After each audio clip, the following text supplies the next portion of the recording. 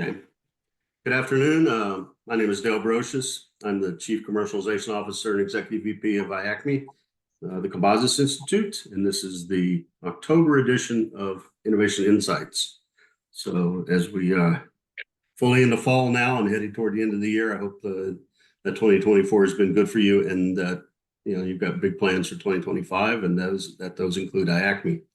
Just a bit of reminder about IACMI, and our offering to members the themes of convene, connect, and catalyze, around a lot of different activities, including co-funded projects, facility access, working groups, interns, training, and education. If you're not a member, go to iacmi.org/members and fill out the form there, and then we'll be back in touch with you to get you signed up. Just a little reminder here about our fall special, or end of the year special, that if you do sign up right now, become an IACMI member and pay, we'll send you an invoice for 2025. As soon as that's paid, you'll become a member, and you'll be paid through the end of next year. So you got a chance to get a couple of free months here if you act quickly. So just point that out to you. This webinar is being recorded, and all of our previous webinars are on the IACMI website. We've had over 33 episodes over these last 4 years. Featuring over 90 members and partners, probably closing in before the end of the year on 100 of those. So just if there's something you've missed, and then if you see something today and you've got a colleague that you think would be interested, within a couple of days, this recording will be up on the website, and you can chase them to IACMI's website to see those. We do have 2 more as we close out the year, Monday, November 18th and Monday, December 16th, both of those at noon Eastern Standard Time, because we'll be past Eastern Daylight Time at that point. We'll be in Standard Time, and we've got a few folks lined up already for those, but a couple spots available. So if you are a member of IACMI and want to get on the docket, let us know. Today we've got 3 great presentations lined up. They'll each be about 20 minutes a slot, and which include Agile Ultrasonics, Vitroform 3D, and then Professor Dayakar Penamadu from the University of Tennessee. So with that, I will stop sharing my screen so we can get to it, and invite Jim Stratton, the president, and Chris Skocik, the engineering manager of Agile Ultrasonics, to present. Hello, everyone. Kim, am I sharing, or do I need to take a step? We need Dale, if you could stop sharing on your screen, and then Jim, if you want to go ahead and share, we should be all set. We're still seeing yours, Dale. Yeah, I'm trying to. Okay, sorry. Yeah. Okay, now Jim, you should be able to share your screen.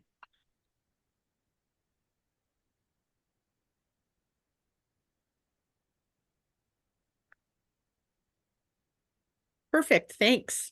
Good. Yeah, and I'll just say, if you have questions, there's a Q&A panel in the chat panel. You can put questions in either one of them, and we'll get to as many of those within each allotted time slot. If we run out of time, then our presenters will answer them within the Q&A or chat panel, or chat panels. So, Jim, off to you. All right, good deal. Thanks.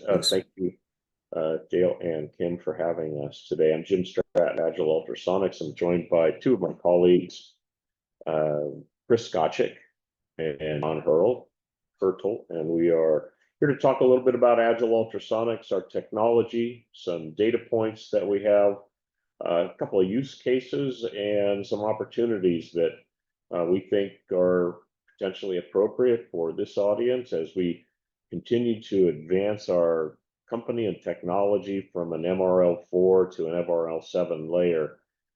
So here we are 40 years into thermoplastic composites, and it seems like that we are at an inflection point. Thermoplastics are growing faster than the overall market for composites, thanks to a number of things that have happened over the last few years. Originally, if you've been around for a long time, a lot of time and money put into thermoplastics in the 80s and 90s. Some challenges that required focus have been overcome. The materials have evolved. The knowledge base around those has evolved. The use cases have evolved. And so now it's time for the joining technologies to evolve. And joining technologies in terms of high rate manufacturing capabilities are needed as well. Let me pause for a moment and just allow Chris and John to say hello. There we go. Go ahead, guys. Okay. Hi, my name is Chris Skocik, engineering manager with Agile Ultrasonics. A little bit about my background.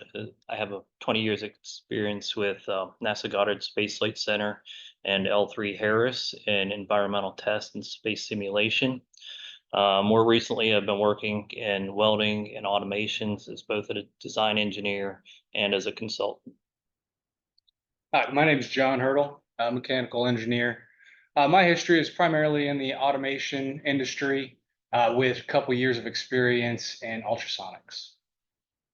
Good deal. So as we have come into the market, formed the company in 2017, and over the past 5-6 years have focused our effort on adapting ultrasonics in terms of tooling and solutions capabilities to the material needs of the thermoplastic space. Essentially what that means, you have to ask the question, if we're going to use thermoplastics, how are we going to make them stick together? How are we going to advance continuous welding technologies, whether they're flat or curvilinear applications? How are we going to join preforms, unidirectional tape, or braid?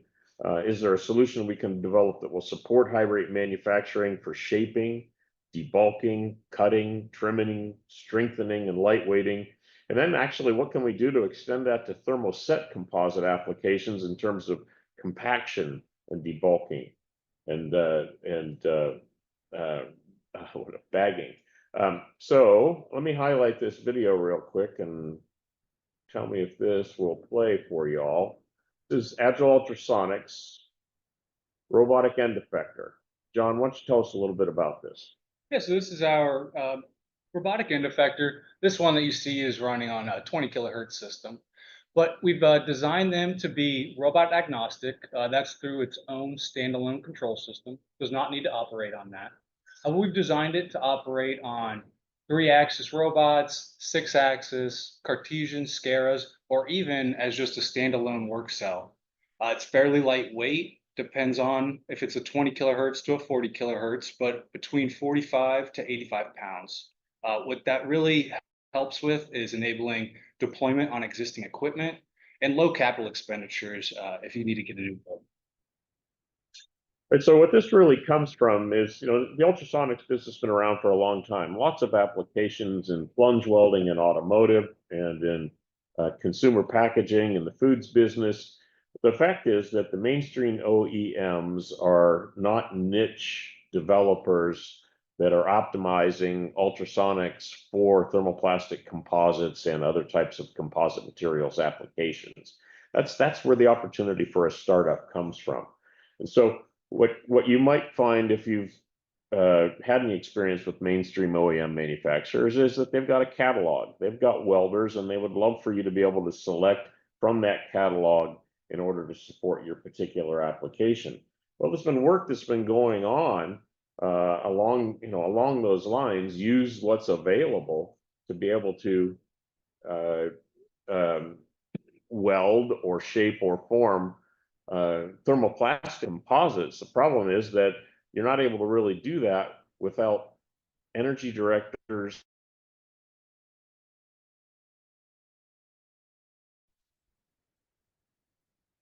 Am I still there, Kim? You're here, but we lost your slides. Can you reshare those? Looks like Zoom hiccuped on us. Sure. 1 second. Share. Screen. Share. Okay. And we're back. So old school ultrasonics typically requires energy directors and film layer inserts. One of Agile Ultrasonics' innovations is to develop customized tooling and capabilities that allow for continuous ultrasonic welding without the use of energy directors and film layer inserts. I'm going to ask John to spend a moment on that here and talk about what we've been able to do in-house to simply open up opportunities for new ways of joining prepregs, whether they're tape or braid or preformed components. Yeah, so we utilize a custom approach each application to determine what the best way to join them is. We can do this with prepregs, tapes, or braids. We can do this stationary. We can do it as an active scan weld, and we can do it without the third-party films or inserts or directors. We can use those, but we don't have to. And that's really what the big game changer is on our approach. All right, so you've seen in the video, that's a particular example. It's on our homepage of the website where we are joining typically in-house. We work with Torre LM PAIC material a lot, 16 ply plates. It's I wouldn't call it a standard application, but it just seems like it's everywhere we go. The next step then in any particular conversation becomes, well, this is cool. You can join this stuff, but what about data? What kind of data do you have? Let me just characterize this a little bit. We have done a ton of DOEs for NASA. Along the way, the work is always specialized, and you have to have the context to be able to gather what the data reflects. And ultimately, what this data reflects is much more work is needed. We'll have a slide that'll follow this, but John, for a moment, just take us through and characterize some of this data. Yeah, so as Jim mentioned, we've been working with NASA, forming DOEs and building up what we like to call our recipe book.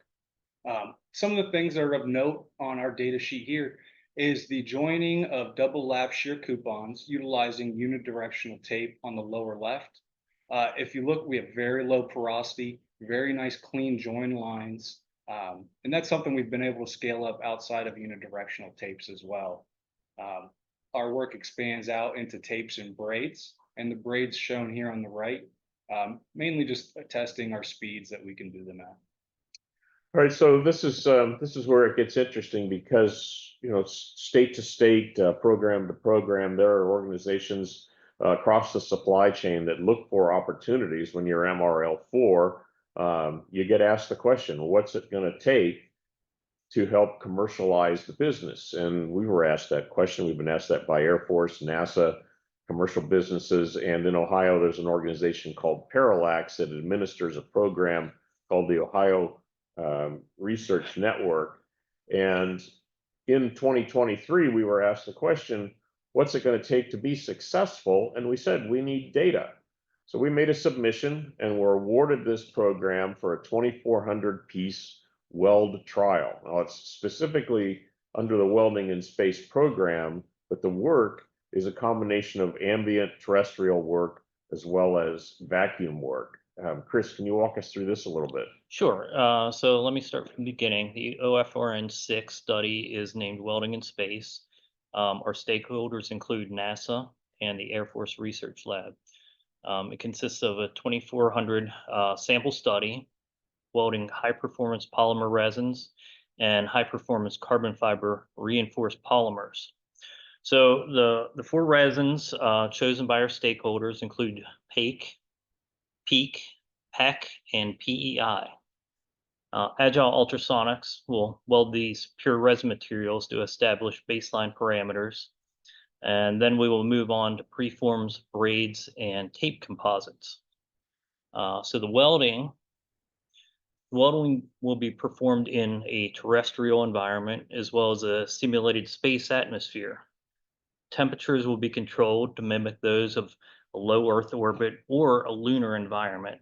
So that'll be ambient temperature minus 180 degrees Celsius and plus 120 degrees Celsius. So quite a temperature range there. Pressures are either going to be at ambient, so 1 atmosphere, or lower to a coarse vacuum level. Even though our chamber is capable of high vacuum, we don't feel that that's going to affect the weld that much, but we do have that capability. The vacuum chamber that we're using can be adapted to accommodate a variety of different types of motion elements or instrumentation. For this technology demonstration, we will be performing simple plunge welds but it can be also be used for scan welds too. Okay, so the key to this is OFRN is a data production project. That data is going to have to be modeled. In addition to strength microscopy and crystallinity testing, we will also gather temperature data in weld. So that essentially what we'll have at the end of it is a comparison, a baseline of neat resin to prepregs, vacuum, hot and cold, ambient, hot and cold, and then be able to go back and look at or select particular welds and associate temperature data with those welds. Well, down the road in a future program, that would be a nice capability to have to be able to associate with closed loop feedback, for example.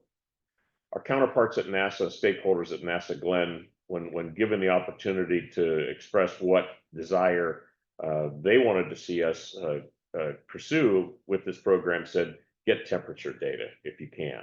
So that's one added aspect that we're incorporating. All right, so we've mentioned NASA several times. We want to transition now into some use cases and talk about what the types of programs are that we're working with. After almost 3 years of nonstop DOEs with our NASA counterparts, they said, okay, let's move on to a structure. And under the category of TDEA, we were awarded a project to weld, ultrasonically continuously weld a lunar tower prototype module at our facility here in Q4.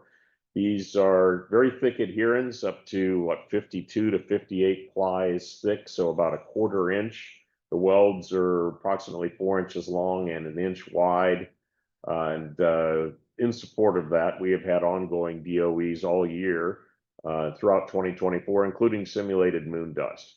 So just one example of work that we are doing in-house. Second example, we've got a CRADA in place from Oak Ridge National Laboratory to provide a robotic end effector there. Late Q4, start of Q1 25, the purpose of that project is to be able to begin to scratch the surface of that closed loop feedback control system.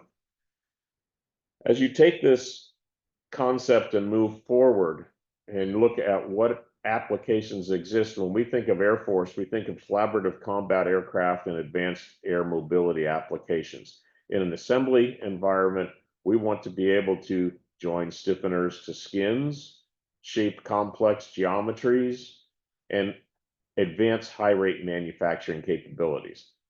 So good thing is that the folks on the other side of the Air Force, being 50 miles away in Dayton, have visited our facility several times.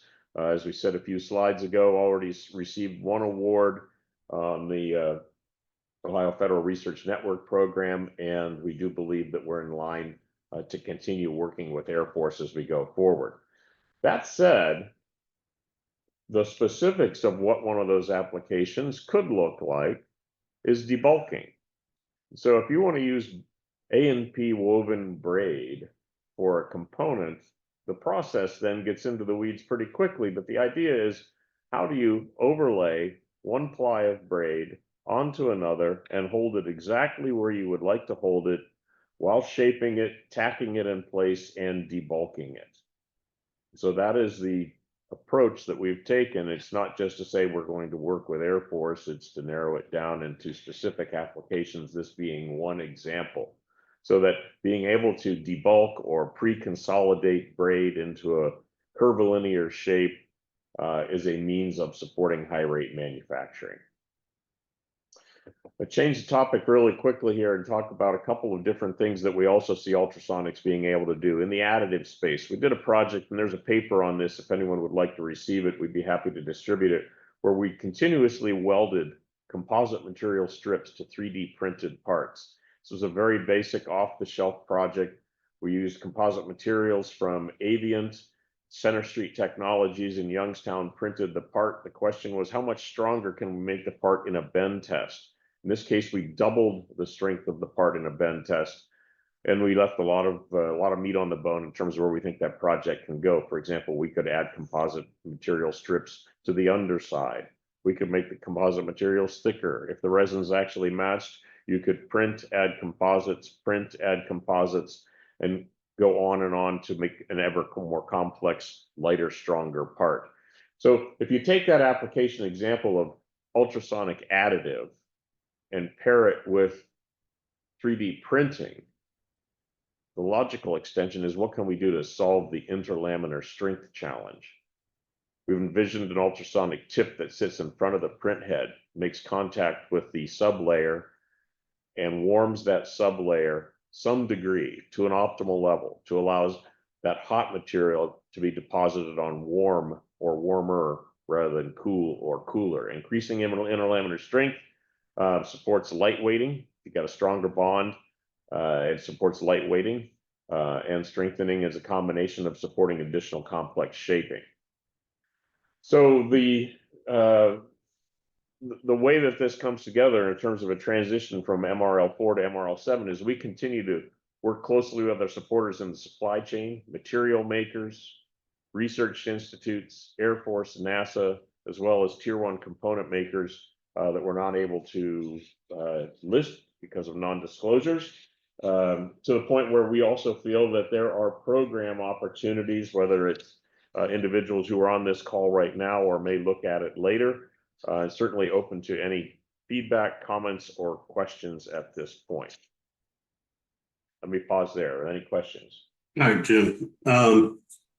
Yeah, I'm not seeing any at the moment, but imagine you've got people scratching their heads and saying, and asking some, and hopefully they'll pop up here in the Q&A momentarily. You can answer them while Alex is speaking. But I had a couple quick questions. One is linear weld rate. What is that? So, linear weld rate is you're moving from one, in one direction in the X direction, how fast can you go? And so right. Your question is what is that? It varies on a material by material basis. The setup that we have actually only runs at a maximum of 40 inches a minute. We've got a robotic setup that will be enabled here in Q4 that will allow us to go much faster. So the data points that we have to date are anywhere, typically for preform LM-PAKE plates, we're in the 8 to 20 inches per minute range. But we've got a lot of power that we're not utilizing. We've got a lot of parameter development that we haven't done. Okay. And then what about the width? How adjustable is the width?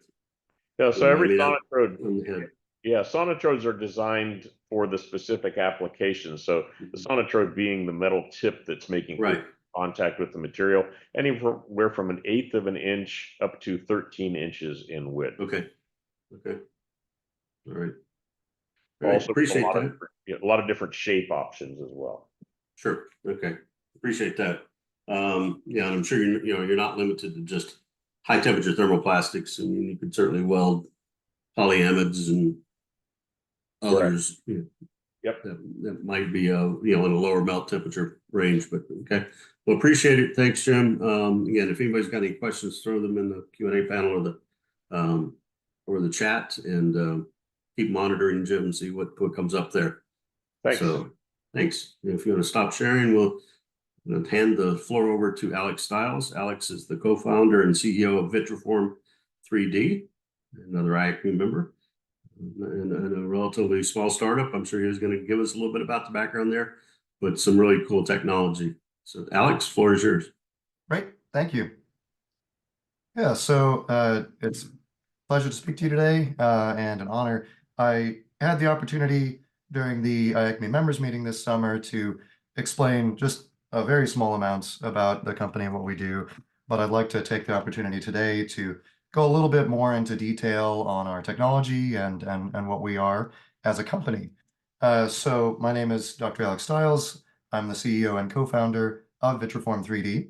And what we are is a company focused on reducing the carbon footprint of our built environments. In other words, we're focused on producing low carbon building products. The reason why is because right now about 40% of global greenhouse gas emissions come from our buildings. And if you focus in just on the materials that we use to build our structures, that's 11% of global greenhouse gas emissions. The reason for this is that you've got, of course, the carbon footprint of extracting the materials, refining them, turning them into a finished product, and then shipping that finished product sometimes across the world for it to actually arrive at a building site. Now, what we're looking at as a company is, instead of using materials that are extracted from overseas or have to be mined, for instance, we're doing what's called urban mining. Another way of looking at this is that we're taking scrap material that is readily available locally, and we are converting that into new building products using advanced manufacturing. Now, our company is relatively young. We were founded in October 2021, so we just had our 3-year anniversary. We are a spin-off from the University of Tennessee, founded by my co-founder and I while we were both grad students at the university. And since then, we've received funding through the Innovation Crossroads program, which embeds us at Oak Ridge National Laboratory. So we're working alongside those scientists there. And we've received funding through the Technology Commercialization Fund. Both of these are DOE-funded programs. So with that, we are using these R&D funds to help develop the technology. So we're still pre-commercial for some of our largest product lines that I'll tell you more about, although we have already launched a few smaller product lines. Our team consists of myself and my co-founder, Dustin Gilmer. Both of us have PhD experience in advanced manufacturing. My focus was on composites manufacturing under Dr. Uday Vaidya, and Dustin Gilmer's experience was in binder jet 3D printing, which I'll tell you more about. We have since then grown to bring on a PhD student who will be helping to support our DOE-funded research projects, as well as Mandy Tejan, who is helping as our operations manager for our glass collection service that we operate here in Knoxville. So when I talk about embodied carbon, this is really talking about Scope 3 emissions. So in other words, that's the carbon footprint of the materials themselves. Now, there's been a lot of awareness of this, especially in recent years. You're seeing some federal initiatives, such as the Buy Clean initiative, that look at sourcing lower carbon footprint materials like steel, concrete, asphalt, and glass for building projects. California and New York have also had similar efforts to try and encourage using low carbon footprint materials in new construction projects. And in general, the green building materials market is a sizable market. It's $110 billion and growing at a rate of 12% annually. Now, if you look at the typical embodied carbon in a residential home, for instance, the largest sources of carbon are concrete, then your insulation, and then cladding. So cladding and tile products is where we're focusing. Part of the reason for this is that it's a large market, and it's actually one of the most expensive materials in terms of price per square foot that gets installed in a building project. But when you're looking to introduce a new sustainable material option, there are some major challenges. It has to be a durable material that's going to last for decades in an exterior application. It also has to be visually appealing and be available in a wide range of styles. And it has to have exceptional fire resistance. So because of that, the main material that we are using for our process is glass bottle waste. The reason for this is that right now the US doesn't do a great job with glass recycling. Only about 1/3 of it actually gets recycled. The rest goes to landfill. That's about 8 million tons per year. The reason for this is that glass scrap has a low value, glass itself is heavy, and shipping costs are getting higher and higher. So unless you live within 150 miles of one of these blue dots, which is a glass processing center, the economics typically favor landfilling. That creates an opportunity for us as an urban mining focused company to be able to get this low cost scrap and use it in our process and help keep it out of landfill, while being able to take advantage of a material that's going to be consistent in terms of composition and quality across the country. So what we do is we take glass from a city such as Knoxville, where we are. Right now, Knoxville's glass is, for the most part, going to landfill. some of it is being shipped down to Atlanta or over to Nashville. So for us, we can take that glass, we can either get it for free, or in some cases, municipalities are willing to pay us to take it off their hands so they can avoid the tipping fee. We then take that glass and crush it into a fine sand, and we use that fine sand to 3D print engineered stone. Closest comparison for this would be something like a quartz countertop or other polymer concrete type product line.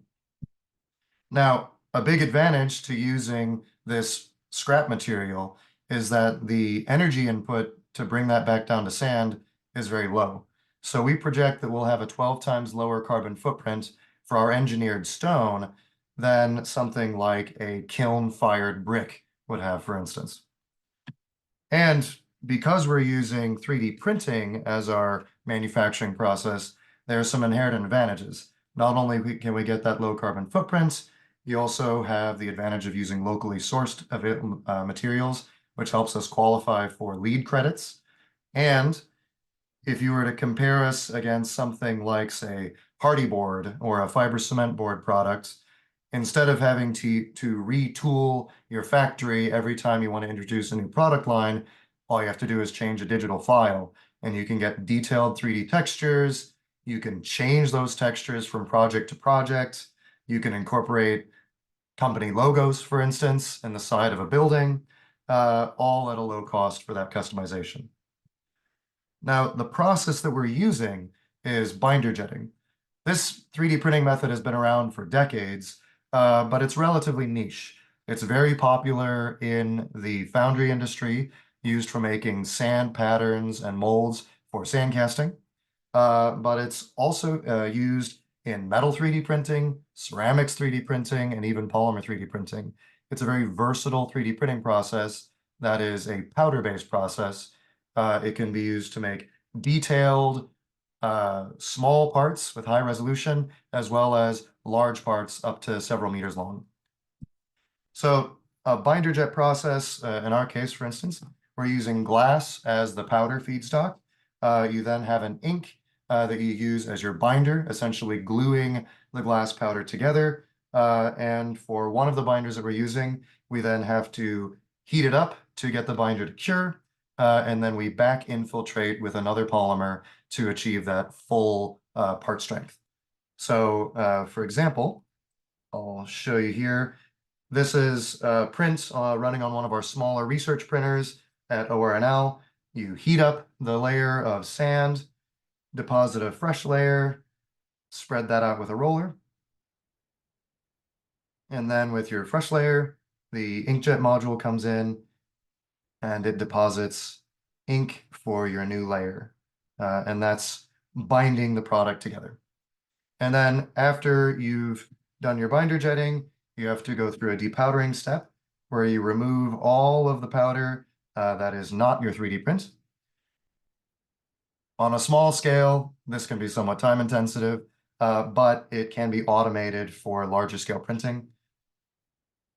And then you have your final part. And in our case, we would then stabilize that with something like an epoxy or cyanoacrylate back infiltration. So if you look at some of our early mechanical testing results, you can see that the bottom number there is just the clear glass with our binder. Has a relatively low green strength of around 2 to 3 megapascals for flexural strength.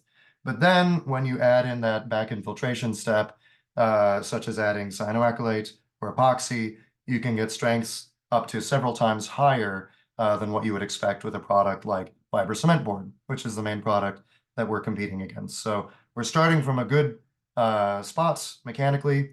And so our development work right now is going towards optimizing the process to use as little polymer and as low cost of polymer as possible to be able to achieve cost parity with something like a mid-range fiber cement board product.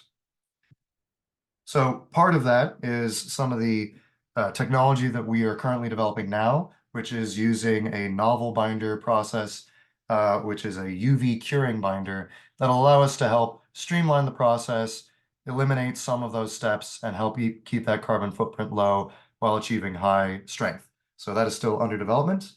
But what we're doing right now is we've already launched products in the luxury tile and decor space at a higher price point, lower volume. We are looking next year to launch interior and exterior tile product lines at a mid-market price point. And then, of course, as I mentioned, our big goal is to be in the exterior wall paneling or cladding space at a price point of around $5 to $20 per square foot. So here's some of the examples that I can show you of products we've already made and sold. We can make backlit signage. We actually just made a custom sign this past week that we installed. We've been making some wall arts, which some of the local Tennessee residents might recognize. And we've introduced a new tile product line made with recycled solar panels, which are also sourced local to us in East Tennessee. And you can see some of our 3D printed products. We've been experimenting with wind turbine blade and have had good success 3D printing with ground up wind turbine blade material, as well as some other art. And then we made some custom coasters for the IACMI members meeting this past summer. So our goal for next year, we have a robot arm system that'll help us to achieve 2-foot by 3-foot printing capabilities. We're bringing that online right now and hope to be able to demonstrate that early in 2025. And then from there, we want to have an architectural scale demonstration pavilion working together with a university architecture program. And then we'll also be doing some fire resistance testing under our DOE grant funding. So from there, we plan to expand to have regional scale factories, starting off in Knoxville and then expanding from there. So one of these pilot facilities or regional scale factories would look like something like having 10 robot arm printers capable of keeping 10,000 tons a year of glass out of landfill and turning that into around 5 million square feet per year of cladding and generating around 100 million in revenue.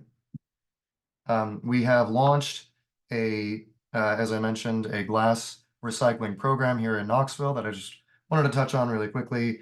Since we launched in November, we've had grown to 148 paid subscribers. We go and collect their glass each month. In fact, we're doing a collection run this week, and we've already kept 22,000 pounds out of landfill, and we've had inquiries for up to 6 million pounds more per year from local companies. And with that, I'll take any questions you have. Thanks, Alex. Sure, I encourage folks to pose those questions to you either in the chat or in the Q&A panel. None sitting there at the moment. What are your options for coloring the material after you've ground it? Yeah, so we can add colorant directly to the glass. So that would be like a coating, for instance, that's applied to the glass if you want it to be just a solid color.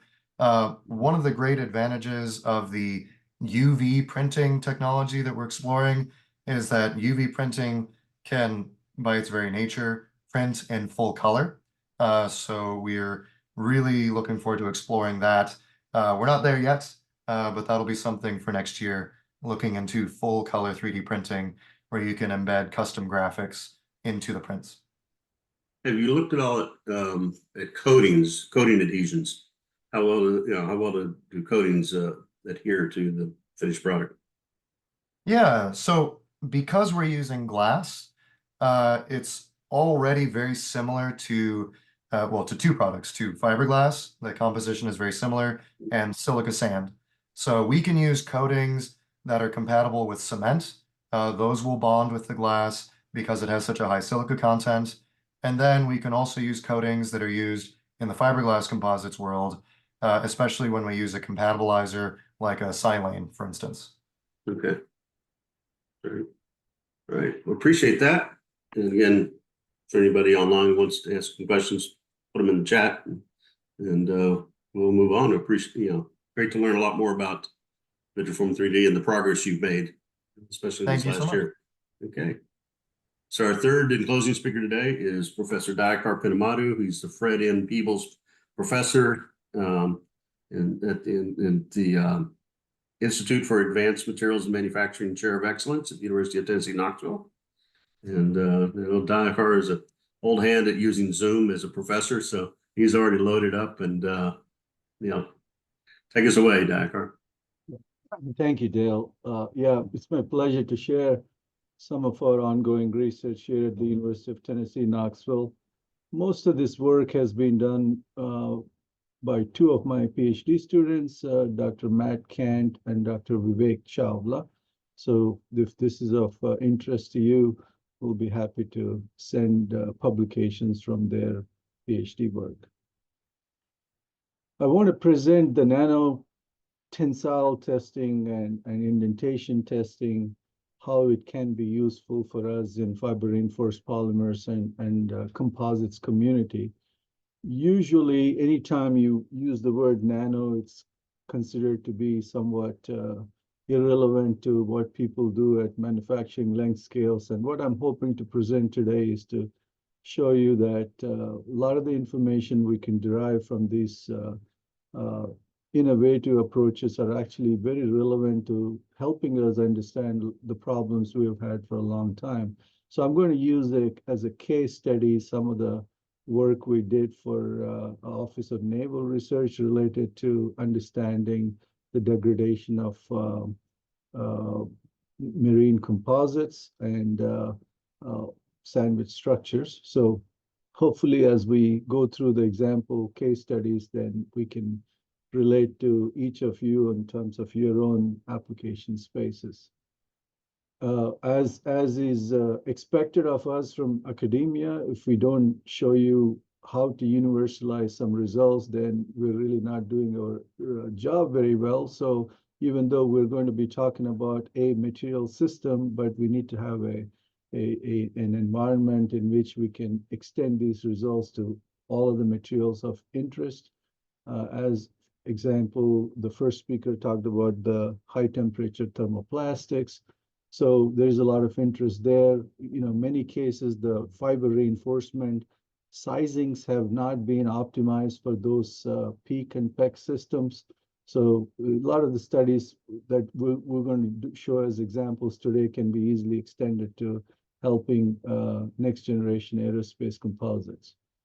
It is a summary formulation, and I'm not really expecting any of you to understand this, but just to realize that we have a very well-established laminate composite theory that helps us to take multi-directional laminates that you make it out of a laminate or from there to sandwich structures.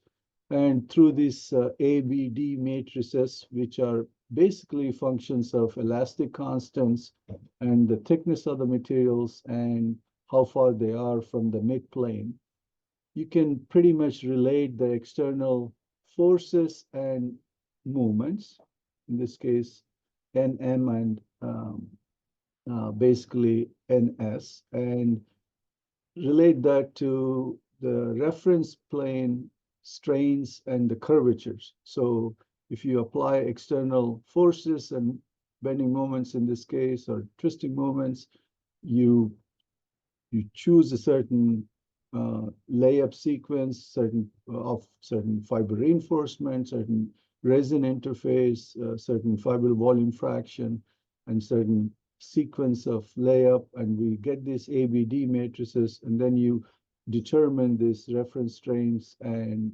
curvatures. Once you know this, you can then determine the state of stress in each of the lamina, and then you make sure that you never exceed the maximum allowable stress, and that's how you do composite material design. Often a poorly understood formulation is how do you account for external loading while you're coupling with thermal loading and constant and fluid ingress. So first speaker talked about ultrasonic welding. In those cases, you are now joining these materials at temperatures that have substantial thermal loads to it. So if one needs to really formulate how does that impact my residual state of stress and other things, we start with essentially knowing what the quotient of thermal expansion is along the fiber and the transverse direction. And if there is a fluid ingress loading, this moisture expansion coefficient as a function of moisture concentration differences, by knowing this, we will calculate the strains in the fiber direction and then generalize to an XYZ direction using these transformations. So from that, we can now identify the contributions of thermal loading through the elastic constants to this N and M matrix. So now we have a universal formulation where we can take external loading as well as the hydrothermal loading. In all of this formulation, what's really missing to date for us is really understand how does a thermal exposed composite lamina or laminate or moisture ingress, how does that affect these ABD matrices through this Q matrix, which is directly related to elastic constants. And so that would be one example where nanomechanical testing can be very useful.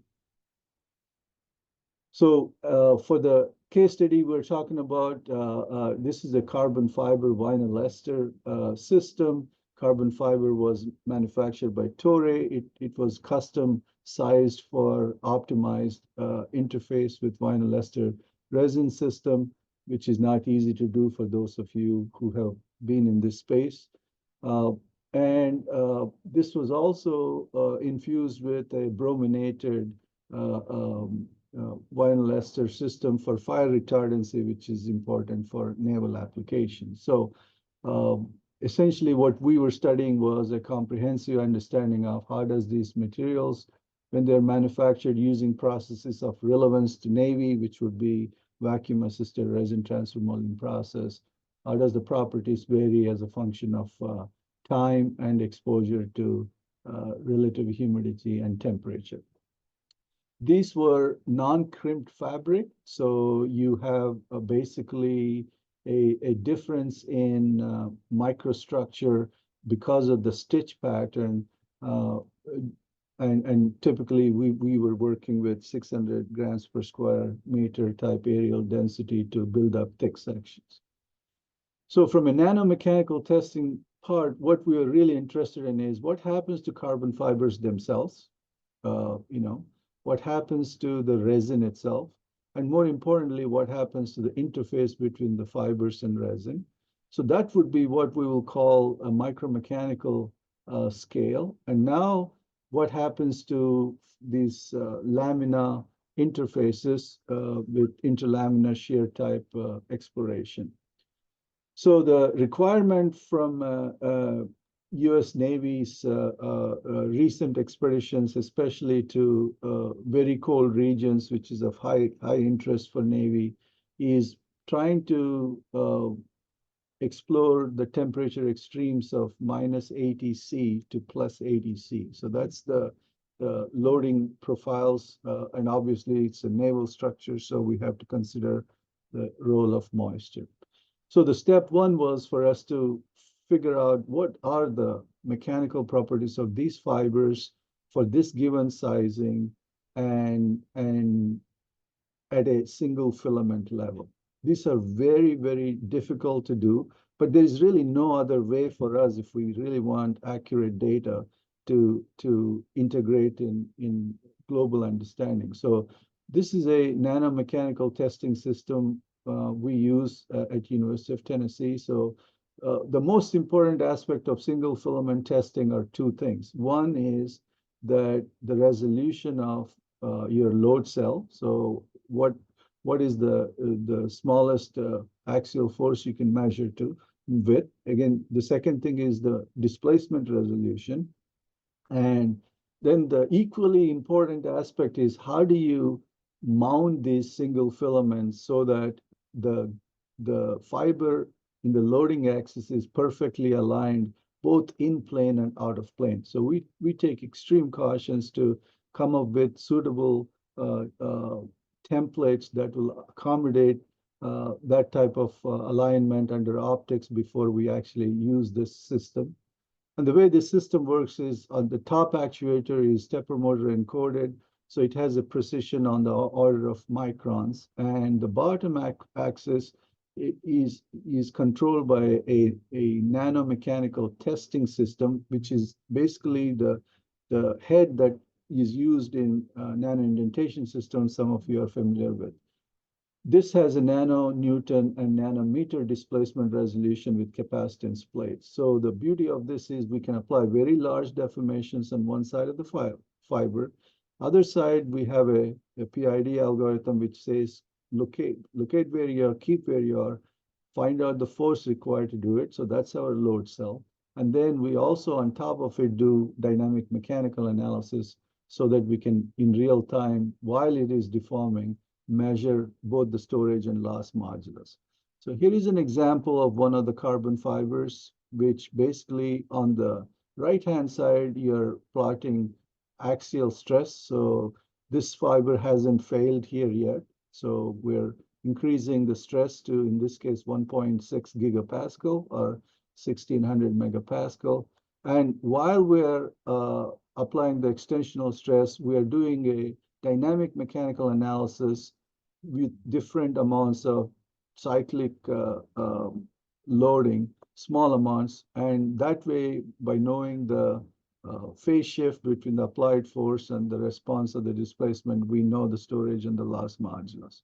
So you can see that this particular T700 fiber, it starts off at 225 gigapascal.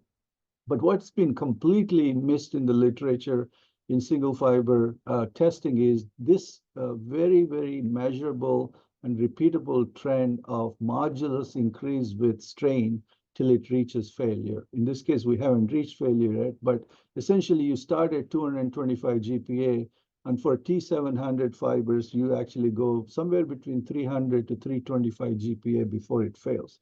So we are really not, in all of our mechanics and materials of composites today, don't account for this real modulus increase, especially near failure, but we are able to now measure with this nanomechanical testing system.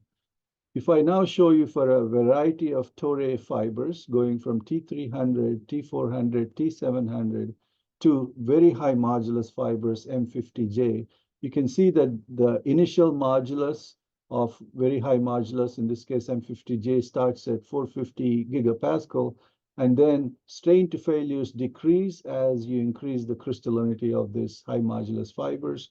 So roughly 1.6% for T700.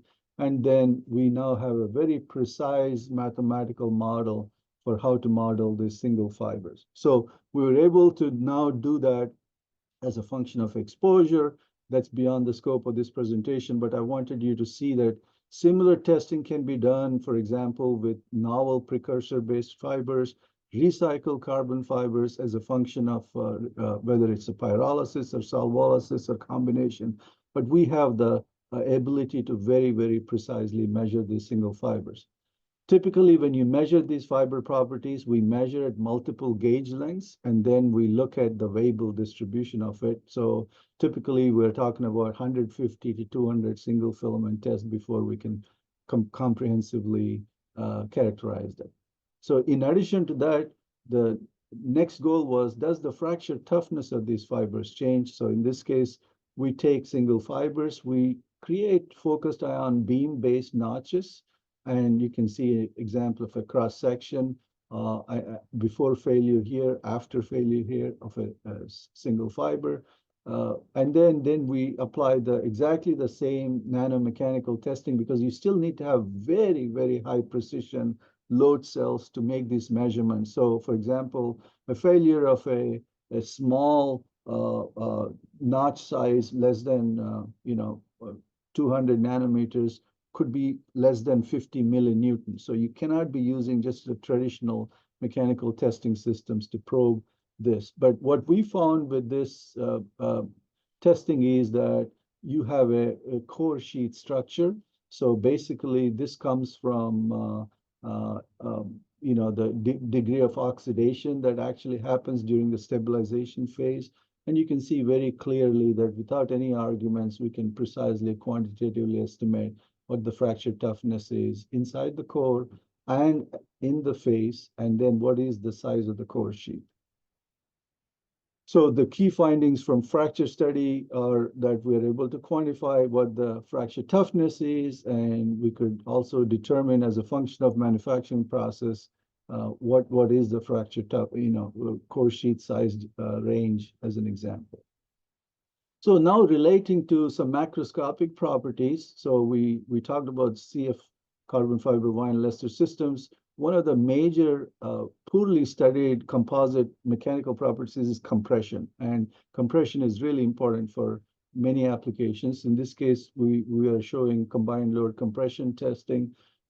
Doing these tests are not easy. A lot of care needs to be taken. So we use two-phase DIC in addition to very, very carefully controlled procedures to get compressive behavior. Just as an example, for this material system, compression properties are about 40% of tensile properties. So it's a substantial loss in compression. And then we characterized as a function of a long-term seawater exposure, both along the warp and fill directions, what is the net loss macroscopically of this material system because of the moisture and temperature effects.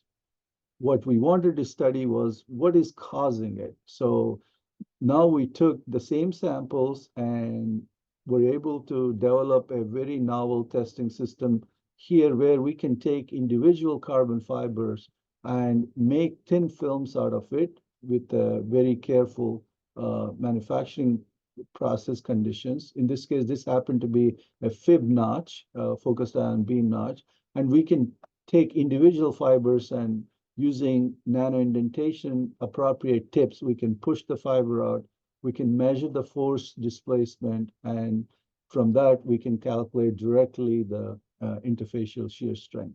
So you can see that for virgin tests that have been aged versus virgin tests that have been conditioned, there's a substantial interfacial shear loss. And this is largely coming from lack of proper sizing and the degradation of sizing with exposure. And you can also see with proper imaging techniques, how much have you pushed with our indenter, and then post a test, we can validate our test results and also look at the morphology of the pushed out fiber. So we can do this with basalt, we can do this with glass, we can do with PEEK and PEC, whatever the resin fiber systems are. And these are fundamental tests that one needs to have to quantify and qualify these material systems. This is an example of how a force displacement curve looks like. So we can do dynamic imaging inside an electron microscope. And now we have with IACMI sizing line that was installed recently with collaborations with Michelman. You can now have this ability to properly size in conditions that represent the manufacturing and be able to do this type of analysis and very precisely directly measure interfacial shear strength. The last part I wanted to mention is the indentation testing. So in addition to characterizing the interfaces and the fibers, now we can also characterize how the fibers properties vary as a function of location. So here is a nano blitz technique we use where we take the indenter and map these properties. In this case, roughly you're seeing 40 micron by 40 micron space, and you can clearly see the core sheet structure of the fibers. We can measure its hardness, modulus. We can also measure the state of the resin as it is close to the fiber and away from the fiber. And a lot of these values are critically important for optimizing manufacturing and material system. And this also accounts for the residual stress that has been introduced in manufacturing the composite. So this is really, really novel in our mind. So we have some very detailed deformation kinematics of what we expect from individual loading of fibers versus interfaces. But the last thing I wanted to end with is, in addition to that, we can also measure fracture toughness with now indentation. In terms of earlier, I showed you with the tensile testing and focused ion beam notch. Now we're doing indentation, which is a lot more quick and practical.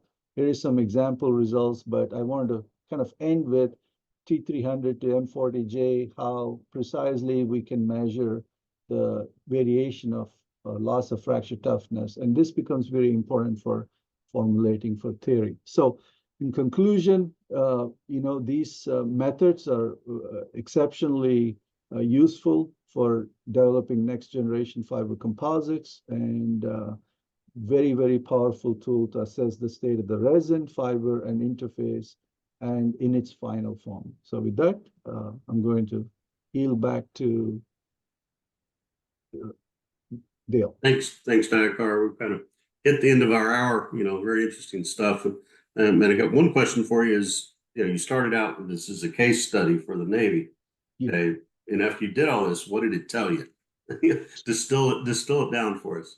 Right. So the critical loss was interface. The fiber did not change much, and the resin did not change much. The loss was from about 40% of interfacial shear strength, which led to the global property loss. Okay, and the implications of that are that sizing development could narrow that gap. Absolutely. Okay. Yeah. And then the second question I have here is, it seems like this would be a useful tool for trying to do long-term predictions for infrastructure composites. Yes. That are exposed to road salts, heat, freeze-thaw cycles, water penetration, and so forth. That's an excellent suggestion, Dale. Yeah, especially since you only need extraction of small volume samples, so you could almost not get anybody upset about extracting small samples and looking at the long-term exposure and the realistic conditions. So I didn't think about it, but that's an excellent suggestion. Yeah. Okay. All right. So we're at the end of our hour. I want to thank all of our speakers. Jim, John, Alex, Dakar, and Chris, who was on earlier, for your contributions today. Look for us next month. Keep looking in your emails for the opportunity to sign up for next month's edition of Innovation Insights. So have a good week, and we'll see you soon. Thanks all.